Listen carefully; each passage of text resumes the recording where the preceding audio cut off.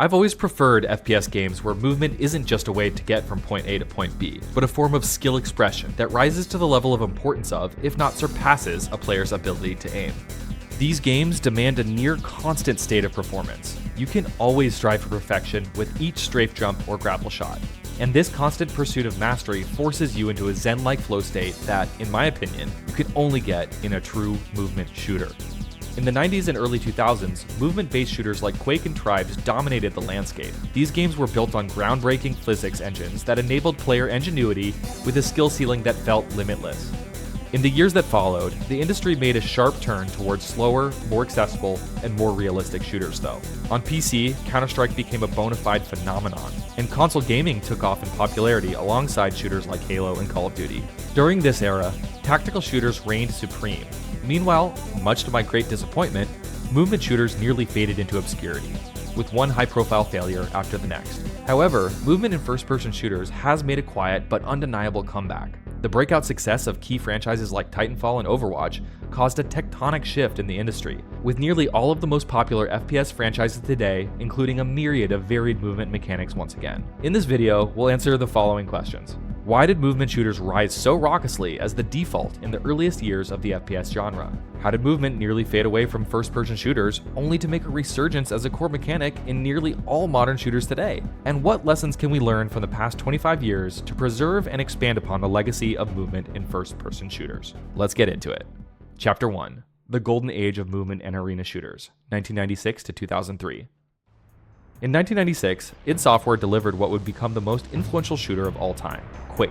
Quake was groundbreaking in a number of ways. It was the first online multiplayer shooter of all time, and the Quake community would go on to define modern esports and speedrunning as we know it. However, the Quake game engine itself was its most enduring legacy.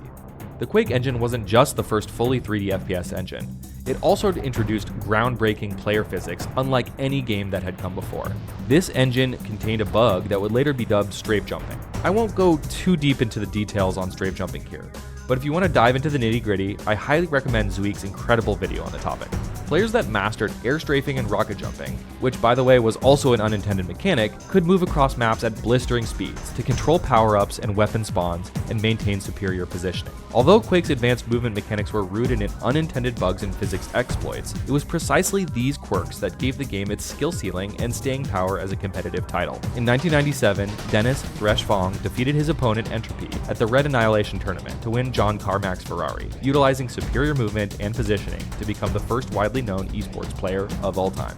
Quake 2 launched just over a year later in 1997. id Software would tone down air mobility just a tad in Quake 2, but while they could have chosen to eliminate the momentum-based exploits and revert to the gameplay originally envisioned for Quake 1, they instead embraced Quake's identity as a movement shooter, introducing new features like the grappling hook for the first time. Okay, let's go back to that Red Annihilation tournament we were just talking about. At this very event, Quake fans from another development studio called Dynamics were in attendance, and after watching the finals, became convinced that mobility was, and I quote, the shit, and would be the centerpiece for their next project in Star Siege Tribes. Tribes 1, my personal favorite FPS of all time, released in 1998, and expanded on Quake's mobility by introducing vast outdoor environments and equipping every player with a jetpack for traversal. While Tribes' custom Darkstar engine had no relation to Quake, it was similarly built on real-world physics principles, like gravity and momentum, and a similar bug to bunny hopping would emerge. An early playtester discovered that by continuously jumping when they touched the ground, they could reduce friction to zero. This discovery developed into its own movement exploit known as skiing, a mechanic where players could combine their new frictionless boots with a regenerating backpack, gravity, and the natural slopes and valleys of the terrain to turn maps into sprawling, planet-sized skate parks, achieving speeds even faster than that of Quake. Dynamics recognized this emergent gameplay, thankfully, and leaned into it, designing maps around the core mechanic. Tribes' most popular mode, which was Capture the Flag, gave rise to a new role, the Flag Capper, whose sole mission was to build up as much speed as possible, grab the enemy flag, and race back to base as quickly as possible, a role entirely based on your ability to go fast. While Tribes didn't reach Quake's level of mainstream success, it became a cult classic, beloved for its unapologetic freedom of movement and verticality. That same year, a new game studio founded by former Microsoft employees Gabe Newell and Mike Harrington burst onto the scene with their debut title in Half-Life. Built on a heavily modified version of the Quake engine known as Gold Source, it retained Quake's iconic strafe-jumping mechanics. While Half-Life is primarily remembered for its groundbreaking single-player campaign, its multiplayer mode featured insane movement mechanics and an incredibly high skill ceiling at its top levels. Seriously, just watch this madness.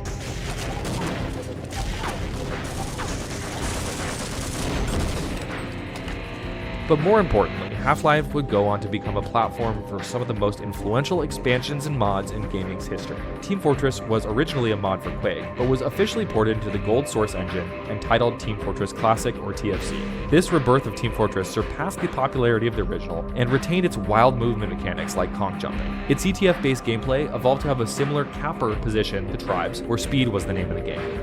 Of course, you already know, the most notable Half-Life mod of all time is undoubtedly Counter-Strike. We'll dive deeper into Counter-Strike later in the video as one of the key contributors to the rise of tactical shooters, as well as the decline in movement shooters. However, during its beta phase, and even at its 1.0 launch, CS could reasonably be considered a movement shooter in its own right, with unencumbered strafe jumping making for a blazing fast experience. Later, an underrated gem of a mod titled Natural Selection launched, which pitted aliens versus Marines in a completely asymmetric RTS FPS hybrid tug-of-war for map resources. While the Marines were primarily grounded, the alien featured extraordinary movement mechanics like the Skulk, capable of climbing walls and ceilings and leaping into combat, the Lurk, which moved like a cross between a pterodactyl and a hummingbird, and the Fade, which could teleport in and out of the action. In November 1999, Unreal Tournament launched, bringing a new approach to arena shooters and movement mechanics in general. UT, which was built on the newly released Unreal Engine, introduced a new paradigm of movement abilities like the Quick Dodge, giving players a burst of speed in any direction. The goal here was clear: to provide players with versatile movement options that were deliberate and intuitive, rather than relying on engine quirks or unintended exploits. And this approach worked. Despite sharing many similarities with the powerhouse that was Quake, Unreal Tournament sold millions of copies in its early years, firmly establishing itself as a standout in the genre. But just 10 days after Unreal Tournament launched, so did Quake 3 Arena, and for many, it stands today as the very pinnacle of movement in arena shooters. It didn't introduce many new mechanics, but instead refined strafe jumping, making it more accessible and powerful with improved air mobility and precision. Quake also ushered in a new era of esports, with its 1v1 duels become a highlight of major events like CPL, QuakeCon, and DreamHack for many years to come. The game also became a hotbed for modding, and most notably spawned the CPM mod, which enhanced the player's physics to be even more fluid and flexible, creating what many consider to be the most skillful version of Quake ever. It's like self-expression, basically. The mouse and the keyboard are basically the brushes, and Airwalk is the canvas that he paints upon. Urban Terror was a Quake 3 mod worth noting because it combined tactical realism with high mobility. It introduced wall jumping and sliding for the very first time, at least as far as I could tell from my research. Feel free to correct me if I'm wrong, arguably setting the stage for games like Titanfall. In 2001, Tribes 2 was released, and this time around, Dynamics incorporated skiing as an official core mechanic. However, the developers aimed for a slower and more tactical experience with this game. Thus, the developers made the controversial decision to add a maximum speed cap to skiing, alienating OG Tribes players, myself included. But over time, the Tribes community created mods like the Classic mod, which restored unlimited speed and brought the game closer to its roots. Wolfenstein Enemy Territory launched in 2003 as a semi-realistic, objective-based shooter that would define class-based shooters for many years to come. Originally intended as a multiplayer expansion for Return to Castle Wolfenstein, the game was released years later as a completely free, standalone title due to development challenges. This decision proved fortuitous, as it became one of the top 5 most played FPS games over the next several consecutive years.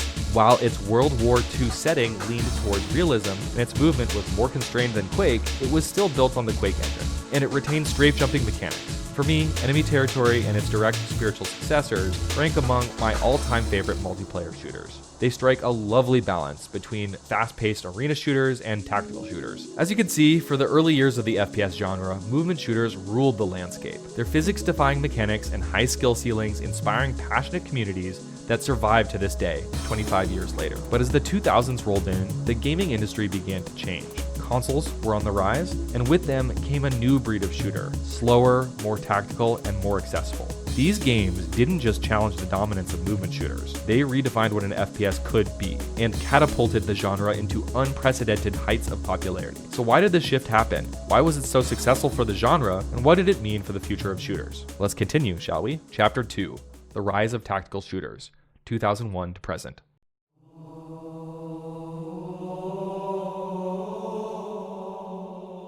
Halo Combat Evolved launched in November 2001 as the flagship title for the original Xbox, setting a new benchmark for console shooters. On the surface, Halo might resemble an arena shooter for its sci-fi setting, futuristic weapons, and high-flying jumps, but it played very differently. It was slower, much slower, and this likely contributed to its success. A proper arena shooter wouldn't have worked on consoles anyway, where the precision and rapid movements of a mouse and keyboard were not feasible. Before Halo, nearly all major FPS games were PC exclusives, but Halo broke this trend by being both accessible and affordable. At the time, a mid-tier gaming PC could cost upwards of $1,500, while the newly launched Xbox retailed for just $299, making it an appealing entry point for modern gaming.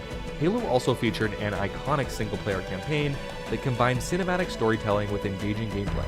This blend of accessibility, innovation, and compelling content helped Halo become a cultural phenomenon, selling over 6.5 million copies and introducing an entire new generation of gamers to the FPS genre. Halo 2, and especially Halo 3, would go on to become even more successful, only further solidifying Halo's place as one of the most culturally significant franchises in gaming history.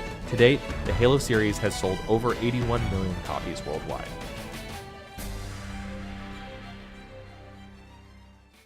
Released in September 2002, Battlefield 1942 built on the foundation laid by the Tribe series. It introduced large-scale gameplay that emphasized the seamless integration of infantry and vehicle combat, with support for massive battles of up to 32 versus 32 players. It also introduced the iconic Conquest mode, which would become a staple for the franchise and for the FPS genre. While Battlefield's sales numbers weren't immediately impressive, it only grew in popularity over time. 2008's Battlefield Bad Company 2, in particular, was the first to launch simultaneously on PC and console, and took off with its destructible environments and exciting new element to the FPS genre. To date, the franchise has sold nearly 90 million copies and can rightly be credited for revolutionizing large-scale, realistic war FPS games and leaving a lasting impact on the genre.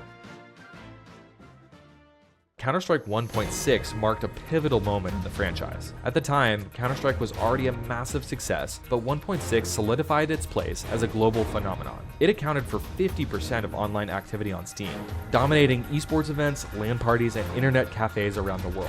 Its unique mix of accessibility and depth was key to its appeal. Casual players enjoyed its quick rounds and straightforward mechanics, while competitive players thrived on its tactical gameplay, precise gunplay, and high skill ceiling. From a movement perspective, this version introduced a speed cap when landing after a jump, significantly reducing the effectiveness of advanced movement techniques like bunny hopping. While bunny hopping remained technically possible, it was far harder to execute and far less impactful, limiting its use to only the most skilled players. Counter-Strike Source launched in 2004, featuring updated visuals and physics, but it failed to capture the same level of popularity as 1.6.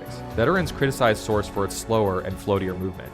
That said, the Source engine still allowed for some movement exploits. This is immortalized in probably one of the most iconic gaming videos of the era, or maybe of all time, in Foon's Too Much for Z-Block, a legendary and hilarious piece of Counter-Strike history.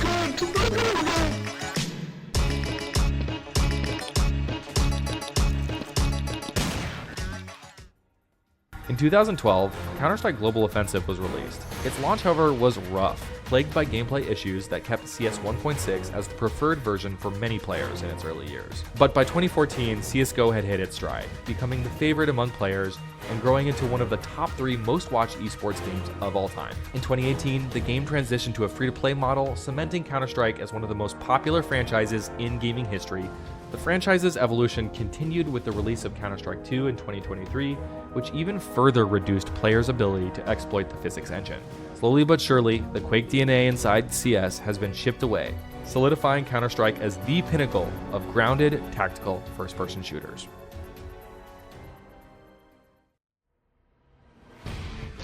The original Call of Duty launched in October 2003 with a deep emphasis on its meticulously crafted World War II setting, authentic weaponry, and immersive environments. Like Halo, Call of Duty's single-player campaign played a significant role in its appeal to new players, offering a deep, cinematic experience with engaging storytelling and memorable missions. From a multiplayer perspective, despite being built on the Quake engine, Call of Duty deliberately deleted all complex movement mechanics. Jumping was penalized heavily, with reduced accuracy and slower recovery times, effectively eliminating exploits like bunny hopping and air strafing altogether. The result was a slower, grittier, and more tactical approach to combat that set it apart from arena shooters. While Medal of Honor and Day of Defeat beat Call of Duty to this approach in their World War II and realistic settings, Call of Duty achieved an entirely new level of unprecedented success. This success only grew over time, with games like 2007's Call of Duty 4 Modern Warfare going on to become the first giga success of the franchise, with over 15 million copies sold. Today, Call of Duty is the third best-selling game franchise of all time, with over 500 million lifetime sales, only surpassed by Mario and Tetris. While the series has become faster over time and even flirted briefly with advanced movement abilities in select titles, Call of Duty has remained largely a grounded shooter. These four franchises, Halo, Battlefield, Call of Duty, and Counter-Strike, came to dominate the FPS world, vastly outselling the movement shooters that had come before them. Across both console and PC, but especially on console, these slower, tactical shooters became the new standard. For a while, it seemed like the era of movement shooters was over for good. From 2004 to 2014, an era I call the lost decade of movement shooters, one game after another came and went, each one struggling to find an audience. Still, niche FPS players like myself continued to chase the dragon. Every time a new movement shooter launched, we'd show up in droves, filling up the beta servers and desperately hoping this would be the one. And so, except for one shining standout movement shooter that thrived against all odds, the lost decade became a graveyard of ambitious ideas, broken promises, and unrealized potential. Chapter 3. The Lost Decade of Movement Shooters, 2004 to 2014. Tribes Vengeance launched in 2004 and introduced several new features and mechanics, most notably a grappling hook and a speed boost backpack, infusing fresh ideas to the beloved franchise. Unfortunately, it was doomed from the start. The original publisher, Sierra, ran into financial troubles and was sold to Vivendi Universal, which all but abandoned the game's marketing and cut its development cycle short. Worst of all, Vengeance launched within a month of both Half-Life 2 and World of Warcraft. After its lukewarm debut, Vivendi withdrew all support, leaving even its first 1.1 patch unreleased. Quake 4 and Unreal Tournament 3 serve as prime examples of beloved arena shooter franchises stumbling in their leap to next-generation engines. Despite graphical improvements, both struggled to maintain their series' signature speed and polish, and were generally seen as downgrades to their forefathers. Their cardinal sin, however, was in their lack of significant innovations. Arena shooters were already on a strong downtrend at this time, and neither game made any real attempt to evolve the genre. In the end, both games failed to recapture their old-school magic or bring in a new audience. In 2012, Tribes Ascend found some success as the franchise's first free-to-play entry by recapturing the series' signature high-flying physics-driven gameplay, reportedly reaching 1.2 million players during its beta. However, developer Hi-Rez made a series of controversial decisions around monetization and game balance, and their adversarial tone with the players stifled the game's momentum. When Hi-Rez launched Smite the following year, they shifted focus entirely and left Tribes Ascend without further updates or meaningful support. Enemy Territory Quake Wars launched in 2007, the first boxed title from the team behind the original Wolfenstein Enemy Territory. It combined ET's strafe jumping, a relatively high time to kill, and objective-focused gameplay, with massive maps and integrated vehicle combat akin to Battlefield. The result was a strategic, asymmetric experience where human and Strogg factions each brought unique weapons, abilities, and vehicles to the fray.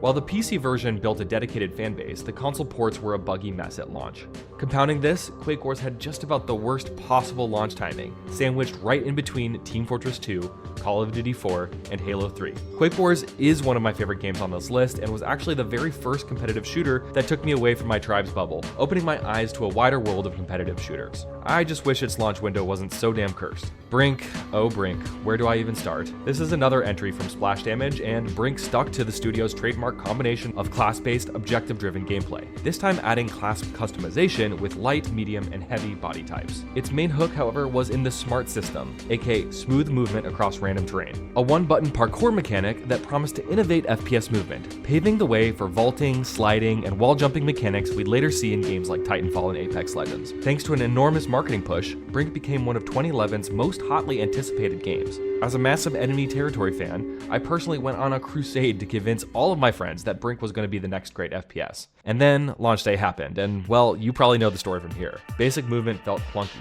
the netcode was wildly inconsistent, and the game balance was so broken that the very first BRINK tournament finals ended in a tie because neither team could even capture the very first point. I still haven't lived down just how much I hyped this game up. In fact, it became a bit of a meme to dunk on me for this for years to come. Just search @FishSticksBRINK on X, aka Twitter, to see the receipts. Another of my personal favorites on this list, Natural Selection 2 took the asymmetric Aliens vs. Marines gameplay from the original Half-Life mod and greatly expanded on it. NS2 ultimately sold over 300,000 copies, nothing to scoff at for a self-published title from a tiny indie developer. However, its steep learning curve and high skill ceiling kept it from attaining mainstream success. Even so, Natural Selection 2 remains one of the most inventive RTS-FPS hybrids ever made, sustained by a small yet dedicated community that refuses to let it fade away. Then came Shunmania in 2013. Developed by Nadio and published by Ubisoft, another attempt to reignite the arena shooter genre began. Picture Quake, stripped from all of its charm and complexity. No dark, gritty backdrops, no sci-fi weapon variety, no memorable characters, and no single-player campaign. There was just 3 weapons, 2 player models, and no item pickups on the map. They didn't even display a weapon in your first-person view, just a reticle. This was their big pitch for a modern arena shooter reboot, and let's just say it didn't exactly light the world on fire. Tricorders? I remember that. Oh, and remember Bionic Man? The member berries. I can't count the number of times I've heard someone say, I wish someone would just make Tribes, Quake, etc. with better graphics. It'd do gangbusters.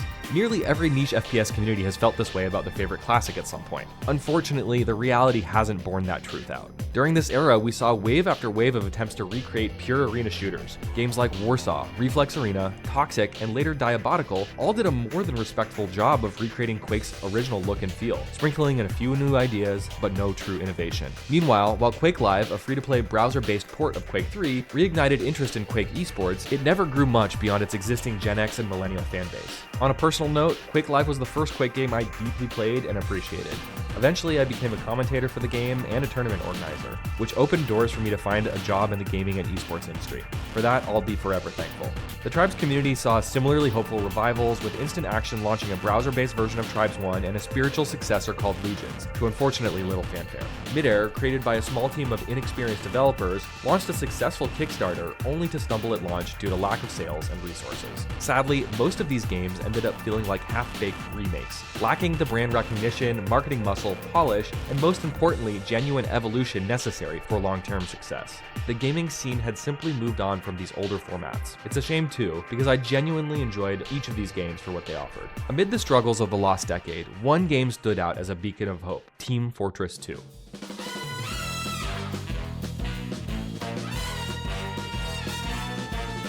Released in 2007, TF2 not only survived the era, but thrived, becoming a cultural phenomenon and proving that movement shooters could still find mainstream success, if they evolved with the times. So what made TF2 so successful where so many others failed? For starters, it didn't just remake the original Team Fortress with better graphics. It reimagined the genre, transforming the class-based gameplay of the original into a bona fide hero shooter, arguably the first of its kind. Its colorful, cartoony art style and characters oozed with personality, broadening its appeal far beyond the gritty, hardcore arena shooters of the past. But this design decision didn't just make TF2 more approachable, it gave players the freedom to pick a playstyle that suited them. If you were a Quake veteran, chances are you gravitated towards the Soldier or Scout classes, each offering fast, skillful movement options like rocket jumping, air strafing, and double jumping to traverse the map with speed and style. But for players who weren't as movement focused, TF2 offered a variety of other options. You could support your team with the engineer or medic, hold the front line as the heavy, or embrace mischief as the spy, sneaking behind enemy lines to sow chaos. This variety ensured that there was a character for every FPS player at every skill level.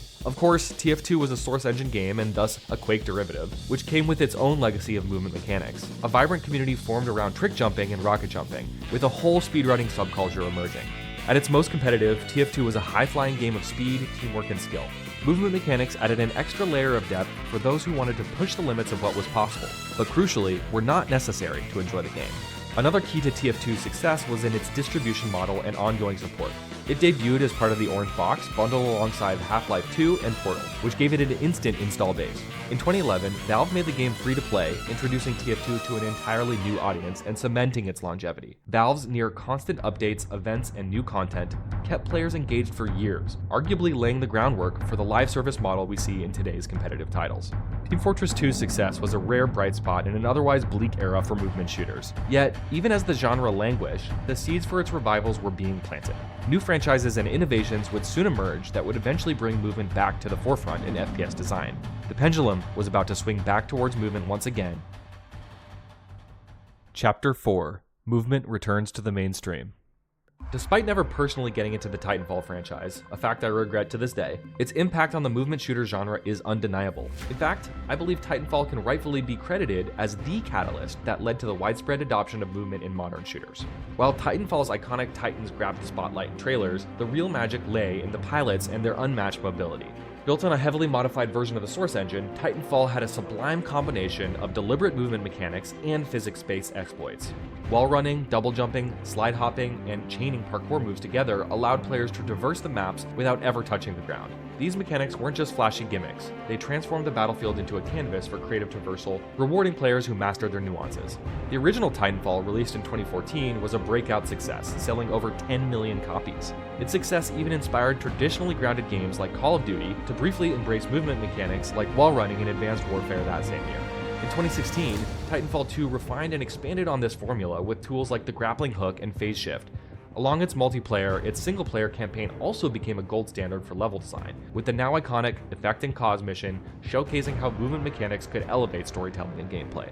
Unfortunately, despite Titanfall 2's critical acclaim, it struggled commercially. It was sandwiched between Call of Duty Infinite Warfare and Battlefield 1, and it sold less than half as well as its predecessor.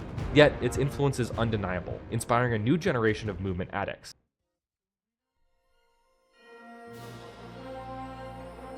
Words cannot fully capture the excitement that I felt when I first saw the Overwatch teaser trailer live on the BlizzCon Show 4 in 2014.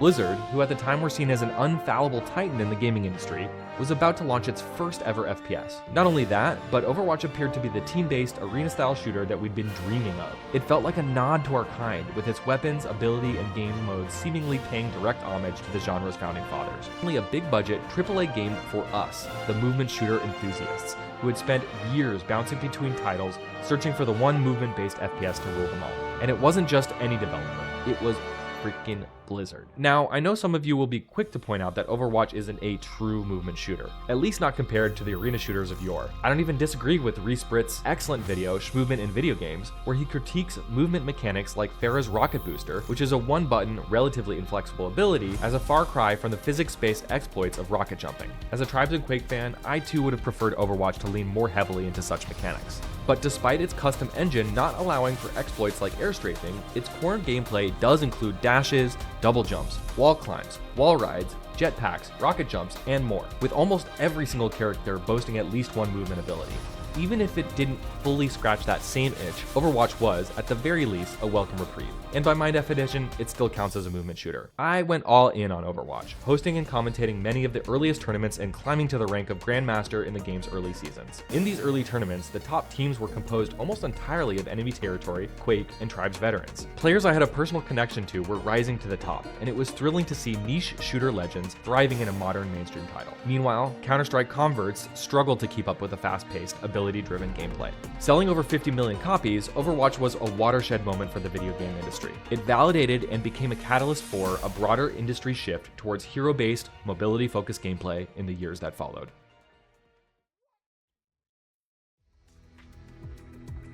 The story of Fortnite's meteoric rise has been told countless times. When it launched in 2017, it dominated the Battle Royale genre, quickly siphoning up players from PUBG and other early competitors, and quickly cementing itself as one of the most popular video games of all time. For perspective, while Titanfall 2 sold around 5 million total copies, Fortnite achieved over 5 million players concurrently. Not monthly, not weekly, not daily, but at a single time. At first glance, you could argue that its building mechanic functioned as a form of movement, enabling players to traverse in the Z-axis. Over time, however, Fortnite leaned further and further into mobility, and gradually introduced a wealth of movement mechanics. Launch pads, grapple gloves, sprints, sliding, wall climbing, air dashes, and more have become integral to modern Fortnite gameplay. If Fortnite wasn't a bona fide movement shooter from the rip, it certainly looks a whole lot like one today. The kids, they crave this movement. Developed by Respawn Entertainment, the creators of Titanfall, Apex Legends reimagined the Battle Royale genre once again when it launched in 2019, building on the movement engine and foundations of Titanfall 2. From the moment it debuted, Apex Legends exploded in popularity, amassing 50 million players within its first month, a staggering achievement in the fiercely competitive Battle Royale space. While Apex dialed back the hyperkinetic movement mechanics of its predecessor, removing features like wall running and largely eliminating air strafing altogether, it still carries movement shooter DNA in its core design. The game offers offers a variety of basic movement mechanics, such as sliding, mantling, and a range of movement-focused abilities like Pathfinder's grappling hook, Horizon's gravity lift, or Octane's jump pads. These mechanics make movement accessible to all players, yet they also leave room for nuance and skill expression. A skill Pathfinder can grapple further and faster, precise slide jump timings can make you harder to hit, and mastering mantling can make you into an elusive target. Apex also features deeper advanced mechanics that balloon the skill ceiling, like tap strafing. But while these techniques are powerful in skilled hands, they're nowhere near essential for enjoying or even succeeding in the game, which is in stark contrast to games like Quake, where mastering esoteric techniques like strafe jumping is practically required. Apex's movement system strikes a delicate balance that I believe has been critical to its success. It allows casual players to have fun without delving into the finer details, while enabling the very best players to differentiate themselves by mastering its advanced movement mechanics. The most advanced mechanics arguably only become important to learn as you climb above Diamond. Everyone else can enjoy the game as is, blissfully unaware. Embark, a brand new studio by former DICE and Splash Damage developers, launched the finals in 2023 to massive fanfare. The game combines mechanics like the destructible environments players love from Battlefield Bad Company 2, the team-based and light-medium-heavy class-based gameplay of BRINK, and the high-octane movement mechanics of Apex. It features sprinting, sliding, mantling, climbing, grappling hooks, jump pads, zip lines, and a host of advanced movement shenanigans. When I reached out to a friend at Embark to ask questions for this video, they insisted that this studio doesn't actually consider the finals a movement shooter. Perhaps the term carries some baggage, but respectfully, I have to disagree. It's one of the fastest, most chaotic shooters I've seen achieve this level of popularity in recent times. The sheer speed and freedom of traversal are core to its gameplay, making movement feel every bit as critical as gunplay. It's worth noting though that while the finals launched with massive hype and fanfare, initially landing solidly in the top 10 most played games on Steam, its player count has since fallen sharply to a still respectable 10,000 daily concurrent players. I'd shed a tear of happiness if Quake or Tribes ever reached these numbers, but its decline is worth acknowledging. Valve rarely releases new IPs, so the hype reached fever pitch when rumors of Deadlock began swirling online in mid-2024. In Deadlock, every character comes equipped with a core set of movement mechanics: a double jump, dash, air dashes, sliding, and vaulting. Essentially, every character has the agility of Overwatch's Genji, and that's before factoring in their unique character-specific abilities, of which there are many. Deadlock launched into limited beta in fall of 2024 and quickly rocketed to over 150,000 concurrent players. However, despite its strong start, the game's Steam player base has dropped by more than 90% since its peak, sparking debates about whether it can sustain its initial momentum. Even though the game remains in a semi-closed beta state, this decline has led to some skepticism about its long-term prospects. Still, after putting 100+ hours into Deadlock, I recently jumped back into Overwatch 2 and tried out Marvel Rivals for the first time, and found myself missing the sheer mobility that Deadlock offers to every single character in the game. I can't help but feel like these core mechanics and movement abilities should become the standard in practically all shooters. There's some doom and gloom surrounding the game, given its precipitous drop in popularity, but I'm not giving up hope just yet. With a proper launch, Deadlock could still become a major mainstream success. Only time will tell. In late 2024, Marvel Rivals burst onto the scene as the newest contender in the hero shooter genre, directly challenging Overwatch's dominance, and so far, it has exceeded even the loftiest expectations for the game. Over the past decade, countless shooters have launched on Steam with splashy marketing campaigns, only to fade from the spotlight soon after. Marvel Rivals, however, has so far bucked that trend, currently holding the number 2 spot on the Steam charts with nearly 400,000 concurrent players every day. From a gameplay perspective, Marvel Rivals leans even more heavily into movement abilities than Overwatch. Nearly every character features at least one, if not several, traversal mechanics, including wall climbing, wall running, air dashing, high jumps, double jumps, dashes, hovers, glides, grapples, zip lines, and more. While Marvel Rivals benefits from the Marvel IP and its massive built-in fanbase, the IP alone doesn't fully explain its meteoric rise. The game successfully emulated and in many ways expanded upon the Overwatch formula, placing an even greater emphasis on movement and traversal. During the same time frame, a quiet but undeniable revolution has been brewing in the single-player FPS genre, the return of the boomer shooter. This resurgence of retro-inspired movement shooters has reinvigorated the spirit of Quake and Doom for a modern audience, blending old-school sensibilities with fresh ideas. The seeds for this revolution were planted by Titanfall 2 and Doom 2016. These games redefined what a single-player movement shooter could be, and they were massively successful in doing so, delivering fast gameplay with an emphasis on momentum and constant forward aggression. Inspired by these successes, indie developers picked up the torch, bringing the boomer shooter ethos to life in a wave of modern yet retro-inspired games.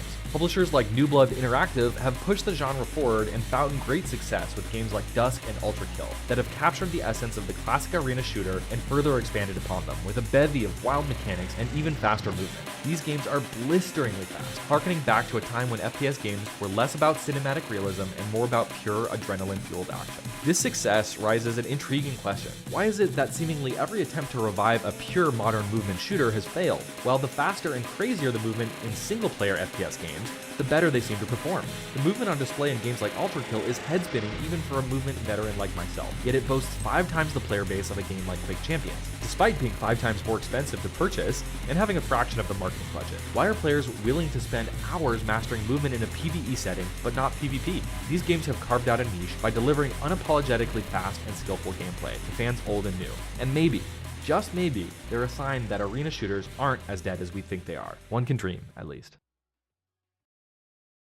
Conclusion. The past, present, and future of movement shooters. Tactical shooters, of course, still reign as some of the most popular FPS games on the planet.